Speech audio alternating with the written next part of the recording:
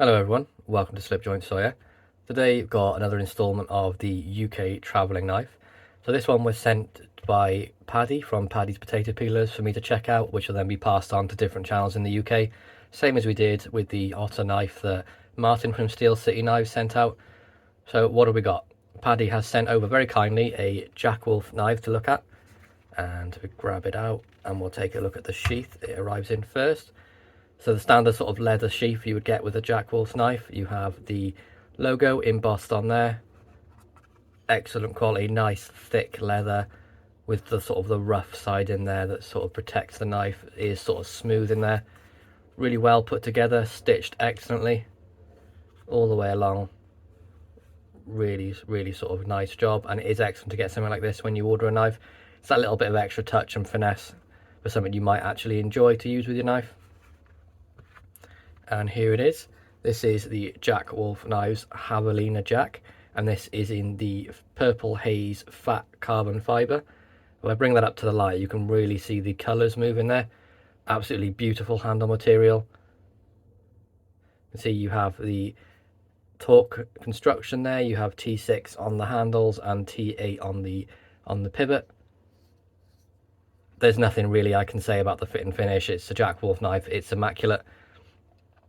The only thing I will sort of say, but I actually have my own Javelina as well, which I'll grab in a second and we can take a look at as well, is the tang is a little bit sharp on the corners, and that's being very petty. Don't know if you can see that there, quite sharp corners, but you don't really catch yourself on it. It's just something that I think maybe they could work on for future models. You can see you have the immaculate back spring there as well, with the fully titanium and steel construction. So the bolster is an integral design, so the bolster doesn't just stop here, it continues underneath the handle material all the way to the very end. And you can see most Sowbelly patterns you would have an end cap on, but this is a bare end, which means it just the handle material to the end and no sort of bolster at the reverse end. And on the other side you can see again more of the wonderful carbon fibre pattern. You can see you've got the purples and the pinks in there mixed in with the carbon fibre, and it really does sort of glisten in the light. There you can catch it, seeing the carbon fibre doing its thing. And again, T6 and T8 hardware. Fit and finish is flawless. Blade centering is absolutely flawless. Again, it's so hard for me to sort of find anything wrong with a Jack Wolf knife. Take a look at the blade. You have a really nice half stop, and look at the grind lines on that. There's something that really sort of drew me to the Jack Wolf Life Javelina. It's the clip point shape and the grind lines. You can almost, well, you can feel them. If you run your nail up the blade, you can feel the ridges on there. I just think it gives it that extra class, extra little bit of great look about the knife. And there it is. That wonderful Sowbelly hand pattern you all know that I love. Got the Jack Wolf tang stamp there. And if you look at the back, you can see we're boasting S90V, so a very high-end steel, so one that holds its edge for a very long time. Grind on this, perfect. Uniform all the way along. Nice sharpening choil there as well, and a very subtle swedge on the back. And then it's same story on the front, a nice clean nail nick. Excellent grind lines and edge. And again, that nice subtle swedge on top, which I think really does make the blade very comfortable to use in hand. A nice sort of sizable blade, and one that is just excellent to work with. So we'll take a look at some specs, and then I'll grab mine and we'll take a look at the packaging in which it would come in. So we have a closed length of 3 3/4. And then we have a blade length, so a full blade length of 1 to 2 3/4, maybe 2.8. And then, but then in a cutting edge, if you bring it down, it's probably 2.6. So very much in that sort of UK legal, world legal realm where you've got to have a certain blade length. And a lot of places need it to be two-hand opening, which is this as well.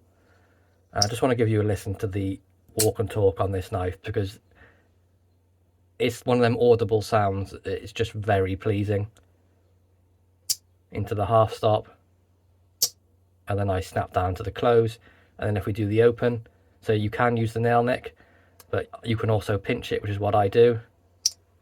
And they're ready. Just an absolutely fantastic sounding knife. Full titanium construction, as I mentioned, no milling or anything, it's not needed. It's such a light knife with the carbon fibre and the full integral design bolsters. No sort of stop pin in there, but you can see where the tang hits, and there's absolutely no blade wrap at all. It's been CNC milled to absolute perfection. It's just one of them knives where they're just showing you what they can do. So I think it's a sign for a lot of companies to sort of up their game with their quality control. Yes, it's a very high-end price, and I appreciate that. It's nearing the £300, $300 mark. But for what it is, the materials, the construction, the fit and finish, I do think it is worth it. Now, would I like it to be cheaper if maybe they didn't include some of the extra bits? Yeah, of course, who wouldn't? But I also do like the extra bits they give you. So if I grab mine now.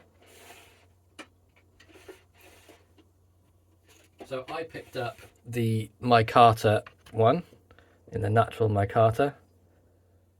So this is one that gets a lot of carry time for me. I have cleaned off my sort of patina on the micarta recently, so that's why it's looking a bit lighter in colour.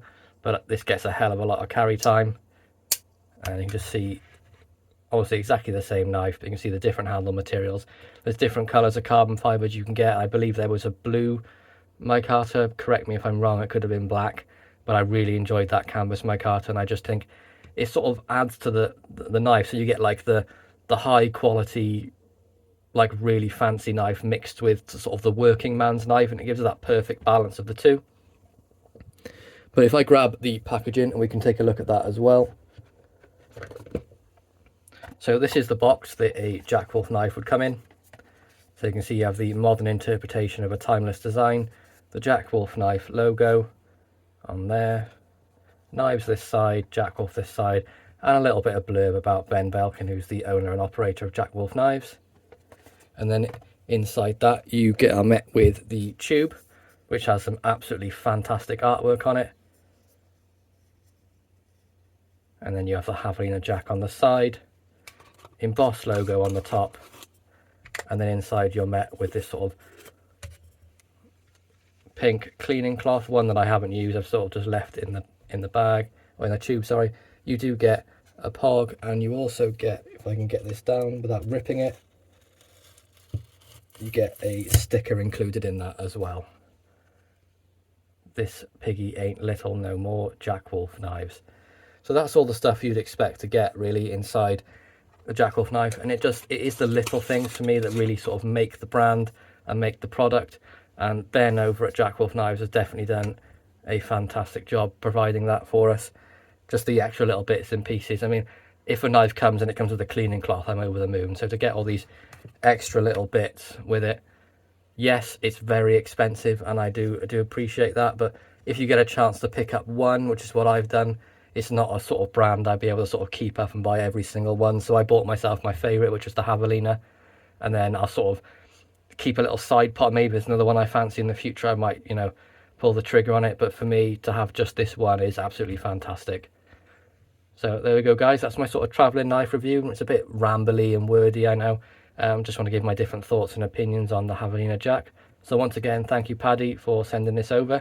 And I'll be passing this over to another channel later on today, and they should be reviewing it early next week. So I really hope you enjoyed this video.